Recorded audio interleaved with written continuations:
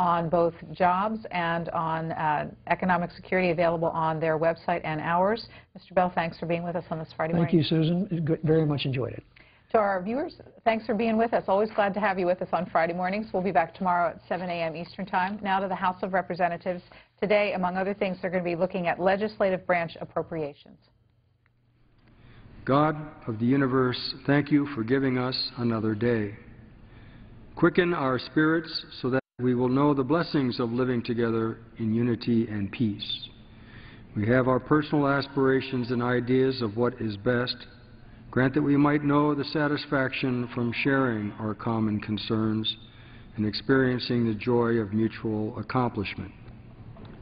Bless the members of the People's House with success in bringing fruition to all efforts to work toward common solutions to the issues facing our nation, solutions which seem so distant in these days. During the days of the coming week, may the American people be able to communicate their hopes for the efforts of their congressmen and women. May they understand as well that a unified nation is equally the work of each of us where we live. May all that is done this day be for your greater honor and glory. Amen. The Chair has examined the journal of the last day's proceedings and announces to the House his approval thereof. Pursuant to Clause 1 of Rule 1, the journal stands approved. Pledge of allegiance today will be led by the gentleman from Georgia, Mr. Barrow. Thank you, Mr. Speaker. Will members and guests please join me? I pledge allegiance to the flag of the United States of America and to the republic for which it stands, one nation under God, indivisible, with liberty and justice for all. The Chair will entertain up to 5 one-minute requests on each side. For what purpose does the gentleman from Colorado rise? Speaker, I ask unanimous consent to address the House for 1 minute and revise and assume my remarks. Without objection.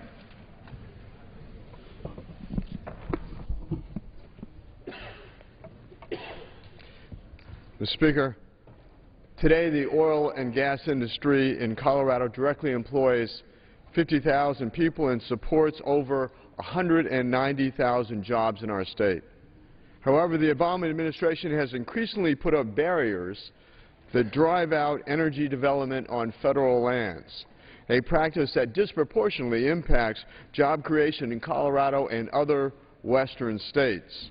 For this reason, my colleagues and I have introduced the Domestic Energy and Jobs Act of 2012. My portion of this bill will ensure responsible, steady, and reliable exploration of our abundant resources every year, which will facilitate the job creation that comes from expanded energy development. We have endured 38 straight months of higher than 8% unemployment. The fact that we are not fully benefiting from our energy resources here at home is simply wrong. I urge this administration to follow our lead in the House and support an energy policy that puts people back to work. Mr. Speaker, I yield back. Has expired. Gentleman from Georgia. What purpose does the gentleman from Georgia seek recognition? Permission to address the House for 1 minute, revise and stand. Without objection, so ordered. Thank you, Mr. Speaker. Mr. Speaker, I rise today to mourn the passing of an institution in my district, Snooki's Restaurant in Statesboro, Georgia. 41 years ago, Bruce Yawn opened a family-style restaurant along with his father, Snooky Yawn. For 41 years, Snooky's wasn't just a place to get some great Southern cooking. It was a favorite gathering place for the folks who called Statesboro home, and it was a home away from home for tens of thousands of young people that came from all over the state of Georgia to attend Georgia Southern University. In fact, the Georgia Southern football program was practically founded at Snooky's, where the legendary founding coach, Irk Russell, was a regular. Coach Russell and his many friends and admirers would sit around and talk about football, fishing, and farming, among other things, for hours. Mr. Speaker, our country needs all the places like Snooki's that we can get, and we need to keep all those that we can. So it's appropriate to thank Bruce Yawn and all the other Bruce Yawns of the land for the contribution they make to our sense of community. And with that, Mr. Speaker, I yield back the balance of my time. Time of the gentleman has expired. The Chair would remind members and staff to take their conversations outside the chamber.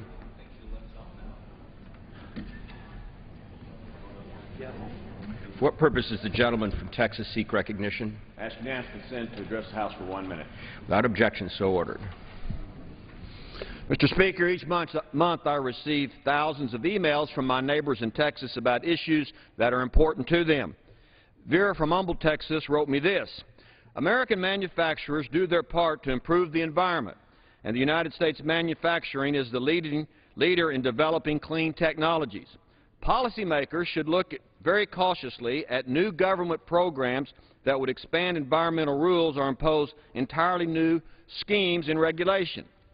The EPA's actions, such as those on ozone standards, chemical action plans, and cement emission regulations, will increase costs, destroy jobs, and undermine U.S. manufacturing's ability to compete in the global marketplace. Our position and our prosperity will not hold if American manufacturing continues to be the victim of over-regulation. Congress must commit to policies that ensure America's ability to compete and to succeed. Mr. Speaker, Vera is right.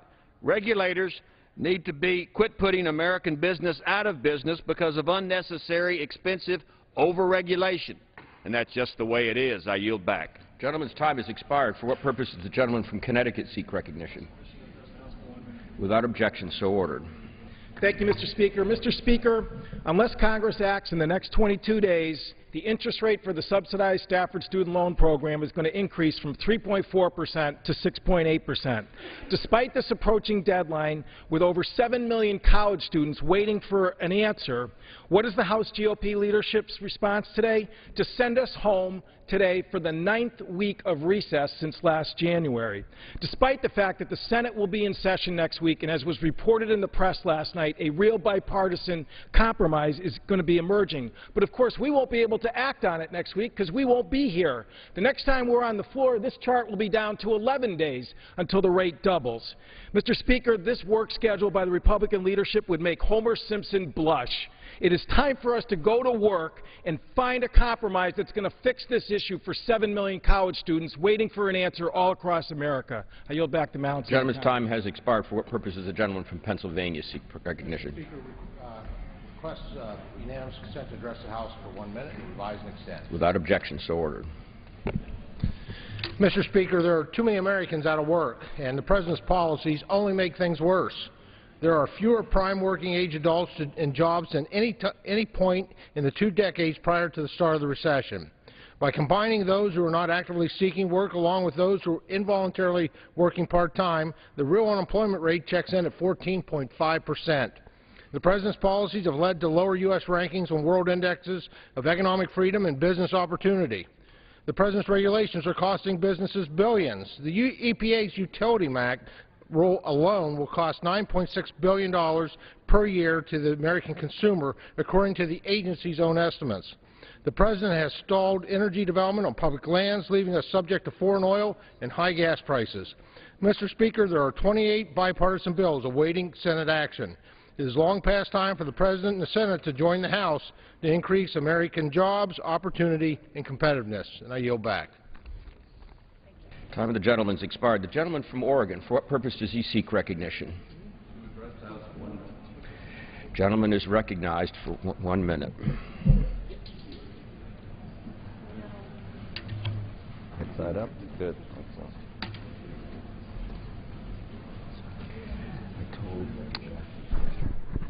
Last night we debated the future of our national transportation system. There are two competing views. There are those of us who want to rebuild and build upon the Eisenhower legacy with a national transportation system. And then there's those on the ultra-right who say the federal government should not invest in national transportation system. It should be devolved to the states. Hey, we already tried that. This is 1956.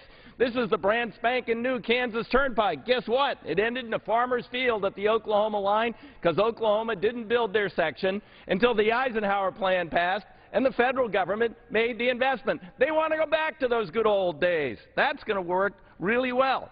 Those of us who believe in investing in a national transportation system, putting America back to work, being more competitive and more fuel efficient, last night were accused of being socialists. We are socialists because we believe in it.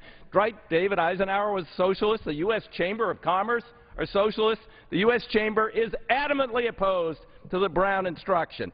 They say the Chamber strongly opposes the Brown motion to instruct conferees and urges you to vote against this effort to slash funding for highways, transit, and safety programs. He would take it to zero. No new investment on October 1st. Bad for America. Gentleman is recognized.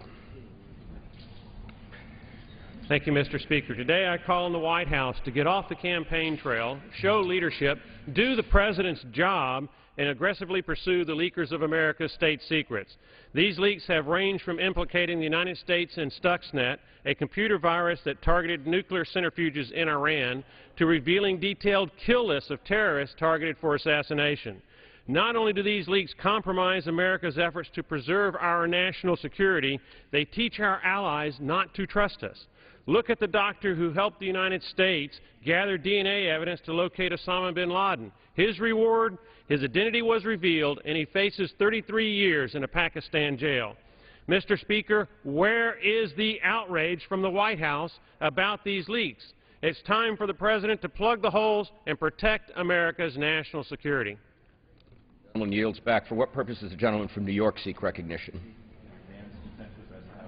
Without objection, so ordered. Thank you, Mr. Speaker. I rise today to implore my colleagues to abandon their my way or the highway approach to the job-creating highway bill currently in conference. We cannot afford to kick the can down the road again. During the recent recession, 1.9 million jobs were lost in the construction sector. There are still about 1.4 million unemployed construction workers, but reauthorizing a long-term highway bill, as is encouraged by the President, would begin to fix this problem. In my district alone, 25 years ago, on April 5th of 1987, a thruway bridge collapsed at 10:50 a.m. on a Sunday morning near Fort Hunter, New York. 10 people died. They included 3 men returning from a bowling tournament, a mother and her daughter heading to a baby shower, 2 Shriners, a married couple driving to Texas, and a truck driver heading to Wisconsin. The cause was failure to properly maintain the bridge. No price can be put on the lives that were suddenly ended that very tragic day. But their memory should serve as a stark reminder that our failure here has real, painful, life-taking consequences. Let's move forward and invest in America's infrastructure to put construction workers back on the job, to help businesses grow, and to keep our drivers and truckers safe. With that, Mr. Speaker, I yield back. Gentleman's time is expired. For what purpose does the gentleman from Connecticut? Without objection. Mr. Speaker, I rise to note that this week U.S. Navy technician Joseph William Aubin, a young man of Bridgeport, Connecticut, had his name added to the Vietnam Memorial Wall just down the way here, 46 years after he died on a flight from the Philippines to Vietnam.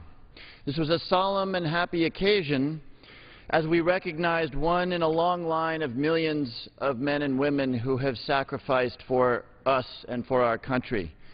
But there's a lesson in this event. There will come a moment, undoubtedly, when the young men and women that are returning from Afghanistan and Iraq seem as lost in the mists of time as Joseph William Aubin does today. And so this is really about us, and it's always been about us. It's about them working for our safety, our liberty, and our values. And it is about us to make sure that we as people don't succumb to the fact that we drift, that memory fades, and that urgency is unsharpened. It is about us to make sure that 20 years from now we remember William Aubin and those like him who sacrificed. Thank you, Mr. Speaker. Gentleman's time expired. For what purpose does the gentleman from Florida rise? Mr. Speaker, I ask unanimous consent that all members have 5 legislative days within which to revise and extend their remarks and include tabular and extraneous material on H.R. 5882. Without objection. Pursuant to House Resolution 679 and Rule 18, the Chair declares the House in the Committee of the Whole House on the State of the Union for the consideration of H.R. 5882. The Chair appoints the gentleman from New Hampshire, Mr. Bass, to preside over the Committee of the Whole.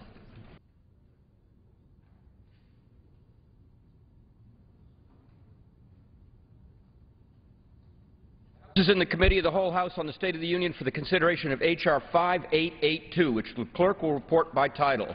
A bill making appropriations for the legislative branch for the fiscal year ending September 30th, 2013, and for other purposes. Pursuant to the rule, the bill is considered read the first time. The gentleman from Florida, Mr. Crenshaw, and the gentleman from California, Mr. Hondo, each will control 30 minutes. The chair recognizes the gentleman from Florida. Thank you, Mr. Chairman, and ladies and gentlemen of the House. We bring before the House today the 2013 appropriations bill for the Legislative Subcommittee. This is a bill that spends $3.3 billion, which is approximately 1% less than last year. That's a $33.4 million reduction from last year. I think all of us know that we're living in difficult economic times for this country. Taxpayers want to know that when they send their money to Washington, it's being spent wisely. We also know that government needs money to provide services, but right now government needs something more. The government needs a sense of discipline to rein in spending. The government needs a commitment to make sure that every task of government is accomplished and completed in the most efficient and most effective manner, more so than ever before. And so our subcommittee took this philosophy to heart, and we had a series of hearings. We listened to the agency heads as they came before us and talked about their needs, their wants, their priorities. And we considered all of that and made some very difficult, some tough, but I think workable decisions that allow us to move forward. And I would remind the members that over the last two cycles we have reduced spending on the legislative branch subcommittee funding bill by almost 8%, and after we finish this bill, we will have decreased spending by nearly 9%. And so let me just give you all a summary of the highlights of this bill. First and foremost, we fund the House of Representatives at $1.2 billion. That's the same level as last year. It's the same level that was requested by the House of Representatives. When people say, well, why didn't you reduce the House any further, I would remind members that over the last two cycles we have reduced funding for our own House by 10.5%. The members' office accounts, the so-called members' representational accounts, are funded at last year's level.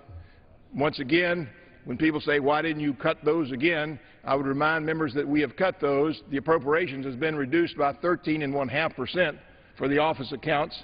That takes us back to 2008 levels, which is a substantial cut. We've certainly led by example. We have tightened our belts. We have reined in spending, and I think we can be proud of that. We also have language that allows members, if they don't spend all of their office account, they can reduce the national debt with their leftover funds.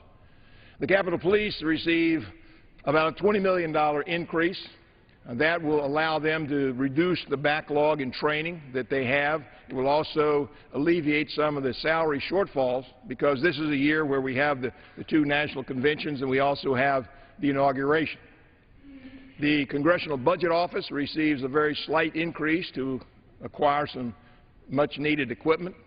The Architect of the Capitol, which we fund, actually receives the largest reduction, about a 10% reduction. The architect brings to us a series of projects that he would like to see funded, and we can't fund them all, but we give priority to those that deal with the health and safety issues, because so many people work in the Capitol complex, so many visitors come here every year. This subcommittee was concerned about the fact that we don't have the money right now to continue the rehabilitation of the Capitol Dome, that great symbol of freedom that we see every day. We have spent $19 million to begin that rehabilitation project, and it's about $100 million to finish that. I'm confident we'll find the money very shortly and complete that project. If you look at the Library of Congress, they receive a very modest increase. The Government Accountability Office, the so-called watchdog of this Congress, they receive a slight increase, allow them to add 21 new full-time equivalent personnel. That will allow them to continue to write the reports that they write that tell us whether we're spending the money wisely or not. And I think that will allow them to continue to meet the ever-increasing demands that we as members place on them. The Government Printing Office receives a cut again for the third straight year. They're doing a much better job of dealing with the binding and printing of the information that they provide for us. So, in a nutshell, Mr. Chairman, that summarizes the bill. I want to be sure and say thank you to all the members of the subcommittee, both the Democrats and Republicans, for the work that they put in to bring this bill before us today. I want to say a special word of thanks to my colleague, Mr. Honda, the ranking member. I thank him for his bipartisan spirit as we work together to fund these agencies that we depend on every day. And finally, I certainly want to express the gratitude of all the members of the committee to our staff, both the Democratic side and the Republican side, for the tireless effort they put in to bring this bill before us. So with that, Mr. Chairman, I reserve the balance of my time. Gentleman reserves his time. The gentleman from California. Thank you, Mr. Chairman. I yield myself such time as I may consume. Gentleman is recognized. I am pleased we are considering the fiscal year 2013 legislative branch appropriations bill. Chairman Crenshaw has been collegial in the development of this bill, and I appreciate his willingness to accept our input throughout the process. The chairman's mark before us funds the legislative branch at $3.3 billion, a cut of 1% from fiscal year 2012. And this does not include Senate items.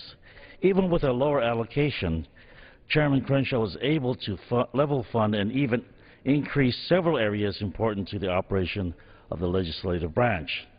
The House overall is held flat at $1.225 billion. The Capitol Police will receive $360 million, a nearly 6% increase.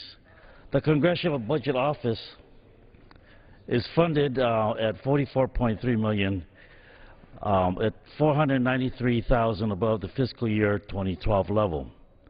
And the Government Accountability Office is funded at $519.8 million, $8.5 million, or nearly 2% above fiscal year 2012.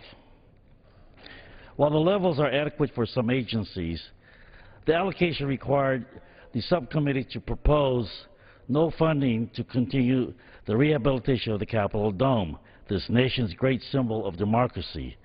This bill's lack of funding for this critical project is a direct result of the House Republicans' unilateral decision to cast aside the funding levels agreed to under the Budget Control Act. The majority's decision required the Appropriation Committee to absorb $19 billion in reductions across all of the bills. One issue that I continue to be concerned about is the House General Counsel's defense of the Discriminatory Defense of Marriage Act, DOMA.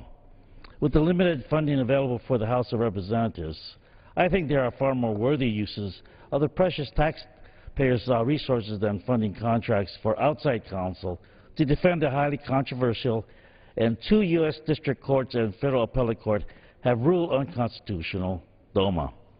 I am concerned that the scarce resources available to the House will continue to be siphoned off in order to defend a law that continues to be found unconstitutional in the courts. I am privileged to represent Silicon Valley, the center of technological innovation in this country. Since I joined this subcommittee, I have tried to push the House and other agencies to explore technological solutions to issues such as transparency, evacuation management, and data storage. As you probably know, federal agencies, including our own and the Ledge branch, can be slow to change and adopt new technologies. This is mentioned in the report, which includes language on the issue of bulk data downloads of legislative information, something I requested and secured language about in this bill in fiscal year 2009. This effort is now being championed by leadership on both sides of the aisle, as it is a way to increase transparency by allowing the public to easily download and analyze government data. There are some concerns about cost and the ability to authenticate the data that the language in the report tries to address.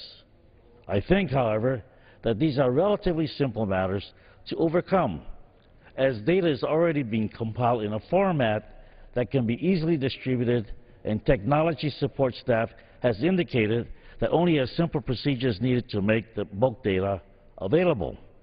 Furthermore, The GPO already employs an authentication standard for its own accessible bulk data through its DFSIS, or the Federal Digital System website, that we could also utilize.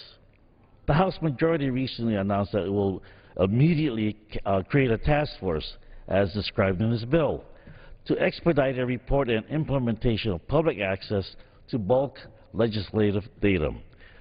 While I believe the time is to implement this is now, I expect to be included in these efforts as ranking member of the subcommittee and a longtime advocate since before 2009. And in conclusion, Mr. Chairman, I want to reiterate my appreciation for the Chairman's effort to work with my side of the aisle on issues where there was agreement. I am glad to see the congressional support agencies, including the Congressional Budget Office, the Government Accountability Office, and the Congressional Research Service, are adequately funded. Mr. Chairman, I want to thank the hardworking professional staff which has helped to craft this bill and assisted the subcommittee in a bipartisan manner over the course of the year. Liz Dawson, Chuck Turner, and Kenny Kisai on the majority side, along with Michael Curlin with Chairman Crenshaw's personal office, and Shalonda Young and Danny Cromer on our side of the aisle, along with Ken Takeda and Mark Nakamoto from my office. Mr. Chairman, I reserve the balance of my time. The gentleman from California reserves the balance of his time. The gentleman from Florida. Mr. Chairman, I'd like to yield 3 minutes to Mr. Lundgren from California, the Chairman of the House Administration Committee. The gentleman from California is recognized for 3 minutes. I thank the gentleman for yielding. Mr. Chairman, I rise in support of H.R. 5882, the Legislative Branch Appropriations Act. As Chairman of the Committee on House Administration, which oversees many of the agencies affected by these appropriations, I'm pleased we are continuing to uphold our pledge to reduce government spending while providing the necessary security and support for each member to fulfill their constitutional responsibilities. Since taking control of the House, we've worked diligently to identify and eliminate wasteful spending and streamline and improve operations by using technology, thereby saving taxpayers millions. We've also worked to reduce spending on the production and printing of unnecessary publications, including an amendment offered by my colleague Mr. Harper to reduce the number of copies of the U.S. Code printed for the House.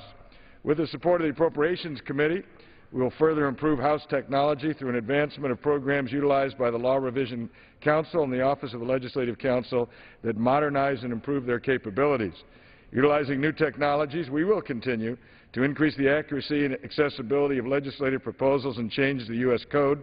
As the People's House, it is imperative we continue to use technological innovations to foster transparency and provide our constituents with timely and accurate information. I'd like to thank the appropriators for their support in providing the resources necessary to enhance and streamline House operations and reduce overall expenses. And later, when we have an amendment on the floor that once again tries to make us go backward in our effort to get rid of waste produced in this House, I will stand and oppose that. We have had a successful program of converting waste to energy, one of the most innovative programs in the entire country. We've convinced the other side of the Capitol, the Senate, to join us. We have thousands of tons of waste not going into landfills, but being converted to clean energy. One of the best examples of a technology that the EPA says is one of the cleanest in the country. We ought to be thankful for that. We ought not to go backwards. We ought to understand, and in doing that, we have also given best or better customer service to those who utilize the various restaurants on the campus here in the Capitol. Those are things that we ought to be proud of and not be shy about the successes that we have had. So I'll still be here on the floor to talk about one of those amendments as we did just a year ago. Gentleman yields back his time. The gentleman from California. Mr. Chairman, I yield 2 minutes to the gentleman from Washington, the distinguished ranking member of the Committee on Appropriations. Gentleman from Washington is recognized for 2 minutes. Thank you, Mr. Chairman. First of all, I'd like to pass along my appreciation to Chairman Crenshaw, Ranking Member Honda, for their willingness to work together in a very bipartisan manner. I also like to commend the staff, majority and minority, for their efforts in bringing this bill where we are today.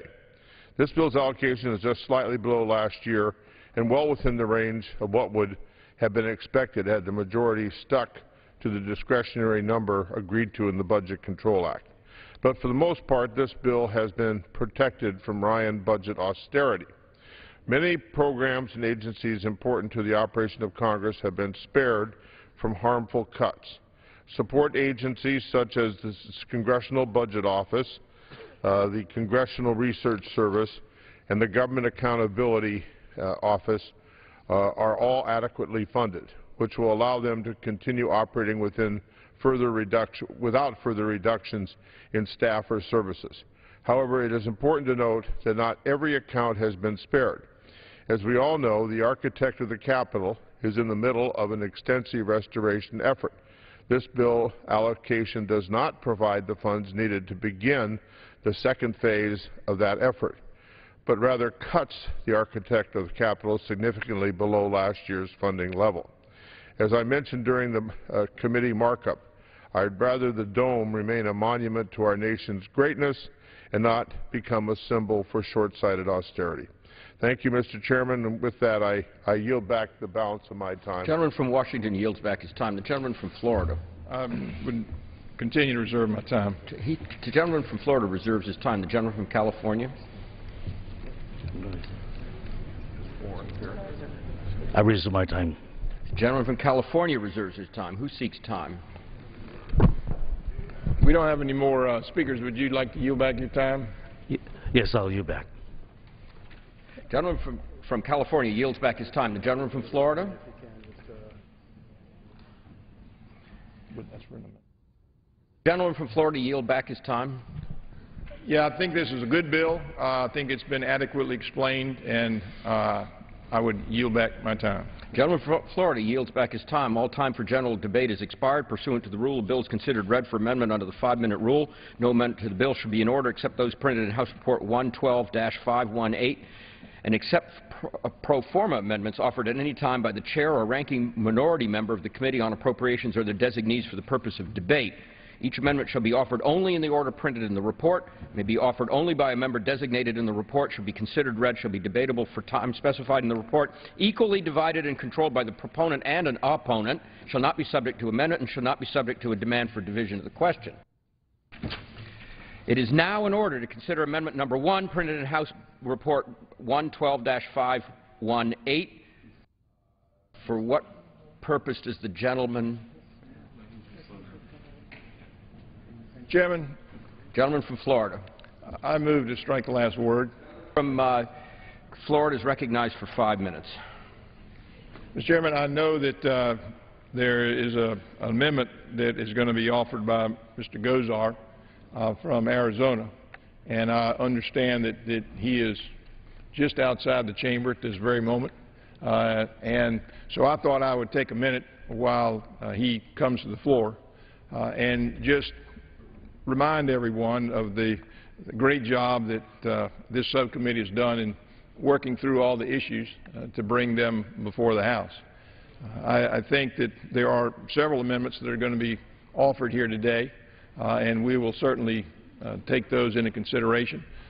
From my standpoint, some of those amendments are good amendments, some that I will oppose. But as we begin that process, I just want to once again thank everyone that spent so much time and energy to bring this to the House floor, recognizing that this is the branch that funds the House of Representatives, all the agencies that we look to give us support, that we wanted to make sure that they have the adequate funds, because when they do a good job, it helps us do a good job. And so with that, I will look around the room and see if someone is here. Yes, I would yield, sir. Could we work out, I guess by unanimous consent, we could go out of order? Is that a problem?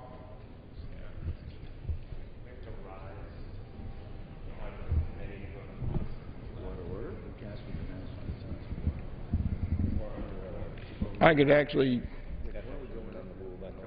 You can't ask unanimous consent. You can do anything by unanimous consent. Okay. I think We'll just wait. I think it's in order, Ms. Dixon, in response to your question, that I know that only Mr. Hahn and I can, Ms. Dixon as well, you could strike the last word and make a comment or two if you'd like to. You know, Mr. Honda might want to say a word. Well, apparently we would have to go back in the House and ask unanimous consent if we wanted to go out of order on this, and maybe it's just better to wait for the gentleman from Arizona to get here. What is the plan? Maybe since you were here, what is the plan for Phase 2 of the Capitol, of the Dome restoration? How does the chairman see this? Well, that's an excellent question that we ought to take a little time to talk about. I thought it was. As you know, Phase 1 is in process. That costs that's the skirt of the dome, and you can see some of the work that's being done there. The next phase is much more expensive. I think a little over $100 million. And as you know, we have an inauguration that's coming, and so during the inauguration, I would hope that we don't have a lot of construction going on to impair the view of that beautiful dome. So it is my desire, as soon as the inauguration is over, that we can find the funds, and that is a priority of this subcommittee, that we might even break that up into 2 or 3 phases, but certainly that work needs to be done. As you have often pointed out, when you look up and see that magnificent structure, it looks wonderful, but when you get up close, there are some problems that we need to deal with, and we want to deal with those as soon as we can.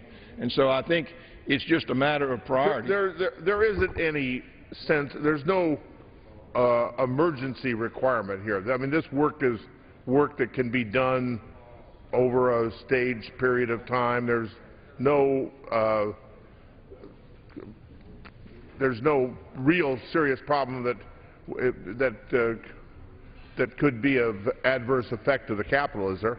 No, I don't think there's anything that makes it an emergency, but I think clearly, like a lot of these projects, excuse me, that ought to be funded, the architect has a long list of projects, and this is certainly one of those. And so we want to be able to deal with that. But I think it is a priority of this subcommittee. We've talked about that. We want to make sure as soon as we can we'll have the money to do that. So if you don't have any more questions. We have a speaker here, so why don't I yield to the speaker as we wait for the... The gentleman from Florida has expired. Thank you. Mr. Chairman, I move to strike the requisite number of words. Gentleman from Washington is recognized for 5 minutes. I yield to the gentleman from Oklahoma. Thank you, Mr. Dix. Mr. Speaker, I rise today in support of H.Res. 397 to reinstate the House Page program, which was terminated in August of 2011. And this is in the context of the ledge branch appropriations. Unfortunately, it was not made in order to have this amendment. We're going to work with the committee as we go forward. But I want to say that the Page program was an institution older than Congress itself. Dating back to the First Continental Congress in 1774, House pages have supported Congress by delivering messages, answering phones in the cloakroom, and serving on the House floor. Young people who serve as House pages have had the chance to see the inner workings of our government from the perspective many people have not. I had the opportunity to serve as a page for Senator Robert Byrd in 1988, and it is a summer that I will never forget. The experience was instrumental in my motivation to become a public servant. The House Page program is not only a great opportunity for young people to learn about our government, but also the enthusiasm of these young people also reminds us every day why we are here. In a time when we are trying to come together and find bipartisan solutions to our nation's problems, pages serve as a reminder of our future. As we legislate on the House floor, pages served as witnesses to lawmaking that will affect their generation. They remind us to consider viable long-term solutions to the problems facing America. In September of 2011, Minority Leader Nancy Pelosi proposed a new intern initiative to replace the House Page program. While this is a step in the right direction, I believe it is necessary to restore the tradition of young people serving Congress even before they attend college. I look forward to working with my colleagues to bring pages back to our halls. Thank you, Mr. Speaker, and I yield back. I yield back the balance. The gentleman yields back. His time has expired. It is now in order to consider Amendment Number 1, printed in House Record 112-518. For what purpose does the gentleman from Arizona seek recognition? I have an amendment at the table. Clerk will designate the amendment. Amendment Number 1, printed in House Report Number 112-518, offered by Mr. Gosar of Arizona. Pursuant to House Resolution 679, the gentleman from Arizona, Mr. Gosar, and a member opposed each will control 5 minutes. The chair recognizes the gentleman from Arizona. Mr. Chairman, I rise today and speak of my simple and straightforward amendment. My amendment would reduce funding at the United States Botanical Gardens to the levels appropriated in 2009, which equals just over a $1.2 million cut. That money would then be transferred to the spending reduction account so that we can take one more step towards reining in federal spending. I will be the first to say that I appreciate the Botanical Garden and its beauty. I believe it is a great program, and I am personally interested in botany. But members of Congress are often faced with difficult choices, especially given our current fiscal crisis. There are programs that are constitutionally mandated and other programs that are nice but are not constitutionally mandated. This is one program that is nice, but it cannot be immune from the fiscal pressures facing our government. While the Botanical Garden is a wonderful attraction, Congress must seek to limit excess spending in the name of getting our fiscal house in order. No line item can be overlooked in making these assessments and decisions, including our own office budget, as we on the House side have demonstrated. Mr. Chairman, so many families are tightening their belts during these trying economic times. Congress must do the same and make cuts where it can. I ask each of the members to vote in favor of the Gosar Amendment, and I yield back the remainder of my time. The gentleman yields back the remainder of his time. Who seeks time? Gentleman from Florida. I claim time in opposition. Gentleman's recognized for 5 minutes. Mr. Chairman, I want to urge my colleagues to vote against this amendment. One of the reasons we have a committee structure is so that the members of the subcommittee that I chair, and Mr. Honda is the ranking member, and we, as I said earlier, we sit down, we listen to the agency heads, and the architect of the Capitol, which is in charge of the budget for the Botanical Gardens. They make difficult choices. They come to us. We make difficult choices. And as I said, we have reduced spending in the Legislative Branch Subcommittee for 3 years in a row. We're now at a point where it's almost 9% less than it was 3 years ago. And so if you just decide you want to stand up and just cut another 10% of this budget and then say you really like the Botanical Garden, it seems to me that this is a function of the architect of the Capitol. It costs $12 million a year to have the Botanical Garden. 1 million people a year come to visit that and enjoy the beauty. And so if you're going to stand up and say, well, let's just cut 10% across the board, let's just start with the Botanical Gardens, I don't know why you don't just cut 10% from the Capitol Police and 10% from some other areas. It just seems to be short-sighted. We've gone through this process. Already the architect of the Capitol has said, I'm not going to ask for additional money to do some of the repairs I need to do. There's need for a new roof. There needs some other things. And they said, we're not going to ask for that because we're operating under the philosophy that we all believe here, that we ought to do more with less. We ought to try to do the best we can. And so here we are. And so I would just say that they're doing a good job. They're trying to control their costs. If we cut them any further, you really cripple them. You'll say to them that they can't have as many staff members. They'll have to close the Botanical Gardens certain parts of the time. But I think they've done a good job of managing their money. They have not asked for more dollars. And so I would urge members to defeat this amendment. Gentleman yield back. I just reserve my time. Gentleman reserves his time. Gentleman from California. Thank you, Mr. Chairman. Well, I'll yield. If the sponsor of the amendment doesn't have anything else to say, I'd like to yield part of my time in opposition to Mr. Honda. 2 minutes. Gentleman from California is recognized. Thank you, Mr. Chairman. And I also rise in opposition to the amendment which seeks to cut $1.2 million from the architects of the Capitol's Botanic Garden. The hardest hit agency in this bill is the architect of the Capitol, which was cut by $52.5 million or 11%, making it impossible to fund the Capitol dome restoration in this bill. However, the chairman found a small amount of funding to try and keep up with the maintenance of the Botanic Garden. Nevertheless, members attack because they can get a good headline in the papers for cutting a garden. To that effect, the offerer of this amendment put out a press release after offering this same amendment last year. In that press release, Representative Gosar stated the Botanic Garden has proven its ability to use tax dollars in a cost-effective way and an efficient way. If the Botanic Garden has indeed proven its ability to use its tax dollars in a cost-effective manner, why is the gentleman targeting this agency? The public should know that after this amendment, we still won't finish the dome restoration. We still have to rehabilitate the Cannon House office building, and the gentleman from Arizona wants to make sure the Botanic Garden is added to the scrap heap of buildings that we are unable to keep in working condition. Our constituents sent us here to do real work and look for real solutions to the deficit, not to make political points by attacking institutions like the Botanic Garden, which was established back in 1820. As member of Congress, we have a responsibility to ensure that our nation's heritage is kept intact for future generations by both tackling unnecessary spending, but also by making investments in our future. I urge defeat of this amendment. Gentleman yields back. Gentleman from Florida. Would the gentleman like to say a word?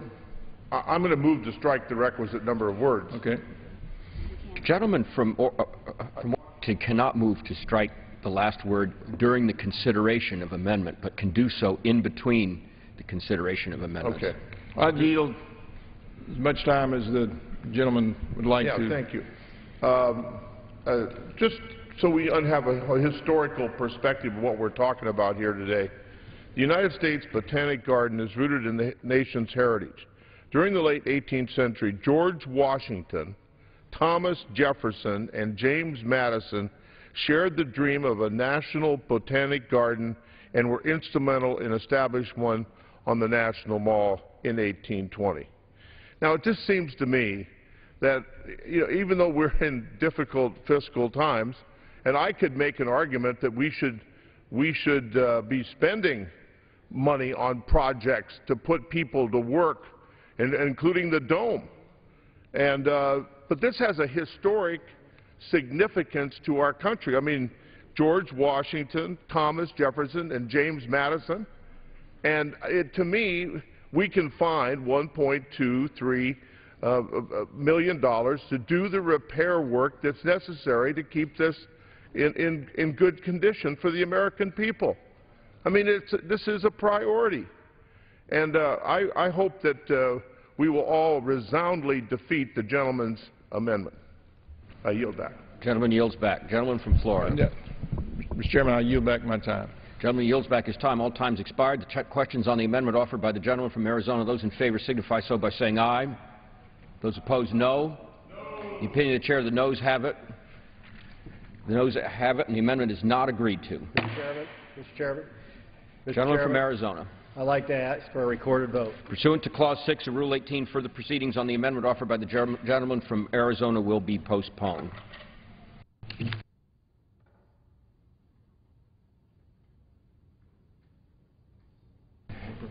For purposes of the gentleman from California seek recognition. I move to strike the last word. Gentleman is recognized for 5 minutes. I'd like to yield time to my colleague here, Congresswoman Capter. The gentlelady from Ohio is recognized. I just want to thank Congressman Honda, the ranking member, for yielding me just a brief moment here to oppose and put comments on the record, oppose the Gosar Amendment and the cuts to the National Botanical Gardens. Unless you've actually walked through the aisles and you've looked at the exhibits and the genomes of the extinct plants, if you haven't really understood why medical science depends on many of the medicinal plants that are held there for posterity, If you haven't really appreciated the importance of the botanical sciences to human life, the work of the botanical gardens that links to every community across this country, that is trying to help communities raise food, even inside urban borders and food deserts, you really can't come to appreciate the importance of the fragility of life and how significant that we as a country for years, for decades, for centuries, have had an appreciation of the importance of the botanical sciences to human life.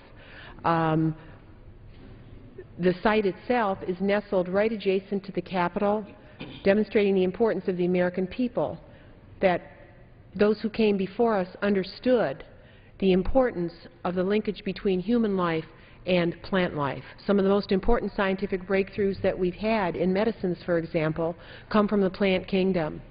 And I think that though the gentleman may have a good goal in mind in trying to handle our accounts in a responsible way, this is a very irresponsible way to do it, because in the end, if the Botanical Center has to cut contracts, if they have to lay off workers, in the end, what appears to be a cut may actually prove to be a budgetary increase over time in additional costs, because these are unanticipated draconian cuts to the architect of the Capitol. So I just wanted to say, in a prior iteration of his amendment, the gentleman actually issued a press release saying the Botanic Garden has proven its ability to use tax dollars in a cost-effective and efficient way. I don't know how he might have changed his mind on that, but I think that for the good of the country, for the future of medical science, for the linkage of this scientific collection to communities across this country, I think it's proven its worth. And I just want to thank the gentleman from California for yielding me this time, and I would yield back to him any remaining time that I have, and appreciate the opportunity to place my remarks on the record. Gentleman from California yield back his time. I yield back. Gentleman yields back his time. It is now in order to consider Amendment Number 2, printed in House Report 112-518. For what purpose does the gentleman from Georgia seek recognition? Mr. Chairman, I have an amendment at the desk. Clerk will designate the amendment. Amendment Number 2, printed in House Report Number 112-518, offered by Mr. Broun of Georgia. Pursuant to House Resolution 679, the gentleman from Georgia, Mr. Broun, and a member opposed, each will control 5 minutes. The chair recognizes the gentleman from Georgia. Thank you, Mr. Chairman. This amendment is very simple. It would reduce the proposed funding for salaries and expenses of the Congressional Research Office, or CRS, back to fiscal year 2012 levels, this year. Mr. Chairman, we have to look for savings at every line of these appropriations bills, no matter how big or small they may be. This amendment would take almost $1 million and transfer that money to the spending reduction account. Also keep in mind that I'm not asking to cut anything. I'm not making any single cut in funding from CNS. I'm only asking that they receive the same amount of money that they are getting this very year. We are in far worse shape than we were 1 year ago economically. Our national debt has hit almost $16 trillion. Yet this Congress continues to blow through billions of dollars with a reckless disregard for our economic reality. Mr. Chairman, I think CRS should have to pitch in and do their part by spending no more money next year than they're spending this year. It's called tightening the belt. Families have to do it, states have to do it, and branches of the federal government should also have to do it. We have to stop spending money that we do not have. And I ask that my colleagues support this amendment as a step in the right direction toward doing just that. I reserve the balance of my time. The gentleman from Georgia reserves his time. Who seeks time in opposition to the amendment? The gentleman from California? Yes, Mr. Chairman, I seek time in opposition. The gentleman is recognized for 5 minutes. Mr. Chairman, I rise in strong opposition to this gentleman's amendment. This amendment would cut the funding level of the Congressional Research Service by $878,000, returning it to the 2012 level. And he said that he's not doing anything to harm it because it's the same level as last year. But everybody knows that every year the cost of living, the cost of doing services increases. So a flat across the board, push ahead kind of a budget is really a decrease. It's subtle, but it's just still a decrease. And I just want to let the gentleman know that that's the fact. The other fact is that CRS is a research arm of the congressional members.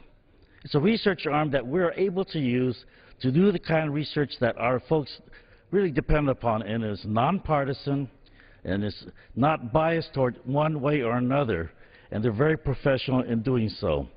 And if we're expected to do the right kind of work for our constituency and then also for our country on issues, then we should be able to expect good work from our CRS. Now, in fact, Mr. Chairman Crenshaw and the staff should be commended for recognizing the funding shortfalls that CRS has incurred in recent years. And as other congressional staff can attest, CRS is really essential to help members to be able to perform the duties by this kind of a nonpartisan research and policy analysis. I believe this divided Congress should take more advantage of this unbiased resource and not reduce its capacity. And therefore, I oppose the amendment and urge my colleagues to do so also. I yield back. Gentleman yields back his time. The gentleman from Georgia. Well, my good friend from California just said this is a decrease in spending, but it's not. It's just keeping the spending just at the current levels for one more year. It makes sense. We're in hard economic times as a nation. We're broke as a nation. We're spending more money than we're bringing in. Members on both sides of the aisle certainly use the Congressional Research Service, and it's a good service for all of us. But we all have to tighten our belt. I hear members on both sides talk about we need to make cuts, we need to balance our budget, we need to start dealing with the deficit and debt. And I agree, we do. But this reminds me of some mantra that went on back during our founding period with a slightly different twist. Back in those days, founding of our nation, they were talking about taxes. And the mantra was, don't tax me, don't tax thee, tax that fellow behind the tree. Well, today it's, don't cut me, don't cut thee, cut the fellow behind the tree, but there is not a person behind the tree. We all need to tighten our belts. This is just a very small, not cut, but a stabilization of spending for the CRS. And so I encourage my colleagues to make one small little itty-bitty step towards financial reality and financial sanity by let's just freeze the spending level for CRS for 1 year. Now I yield back. Gentleman yields back his time. All time has expired. The question is on the amendment offered by the gentleman from Florida. Those in favor signify so by saying aye. Aye. Those opposed, no. In the opinion of the chair, the ayes have it. The Chairman, gentleman from California. On this recorded vote. Pursuant to Clause 6 of Rule 18, further proceedings on the amendment offered by the gentleman from Georgia will be postponed. Now, in order to consider Amendment Number 3, printed in House Report 112518, for what purpose does the gentleman from New Jersey seek recognition? Mr. Chairman, I have Amendment Number 3 at the desk. Clerk will designate the amendment. Amendment Number 3, printed in House Report Number 112-518, offered by Mr. Holt of New Jersey. Pursuant to House Resolution 679, the gentleman from New Jersey, Mr. Holt, and a member opposed, each will control 5 minutes. The chair recognizes the gentleman from New Jersey. I thank the chair. My amendment seeks to address a problem we face here in the legislative branch. The congressional supply of pocket-sized copies of the U.S. Constitution and Declaration of Independence is exhausted. My amendment reduces and then reinserts $218,379 from the budget for the government printing office to address this shortage so that they can provide these pocket constitutions and declarations. It is the exact cost of the last printing of the pocket version of the Constitution. But the money is not the root of the problem. The funding exists to print more pocket constitutions today or tomorrow. What is lacking is the authority for the government printing office to do so. The approval of this amendment appears to be the best parliamentary approach that we have right now to solve this immediate problem. Last week, as I prepared to visit a school in New Jersey where we would hold a ceremony of oath of citizenship for new citizens, I asked my staff to make sure we had pocket constitutions to distribute to them. I always carry one. I find many of my constituents want to as well. When I discovered that the supply was exhausted and none had been printed for this Congress, I thought we should address that problem now. Except for the dozens of copies that might be on a shelf in a member's office or the few that are in a bag in the back of my station wagon, members find that they cannot get these pocket constitutions for love nor money. Every day, like so many of my Republican and Democratic colleagues, I point to this Constitution. When I meet with students, I ask them, what is the greatest invention of humans? And they, knowing I'm a scientist, will sometimes come up with some technological answer. I would argue our greatest invention is our constitutional system of government. Our brilliant, resilient, self-correcting system of government, dreamed up in Philadelphia so many years ago, functions remarkably well over the centuries. And this simple 45-page pocket constitution that members have been able to share with their constituents for generations allows everyone to understand better that brilliant system of government. Over my time here in the House, I have eagerly distributed these pocket constitutions to students, new citizens, and many constituents who ask for them so that they can have their own. And who better to distribute these copies than a representative working under the authority of the Article I of this ingenious document. A self-governing country works only if it believes, only if we citizens believe that it does. A self-governing country works only if the citizens provide the motive force for it to work. And familiarity with the copies of this ingenious, powerful, essential document provide the motivation and the mechanism for our government to work. And since 2009, when members of the 111th Congress each received 1,000 copies of this edition, this pocket edition of the U.S. Constitution, members of the House have not received any new pocket constitutions. That means, despite the fact that we began this Congress, the 112th, by reading the Constitution, in which I was pleased to participate, no member of the 112th Congress has been provided with any additional contributions.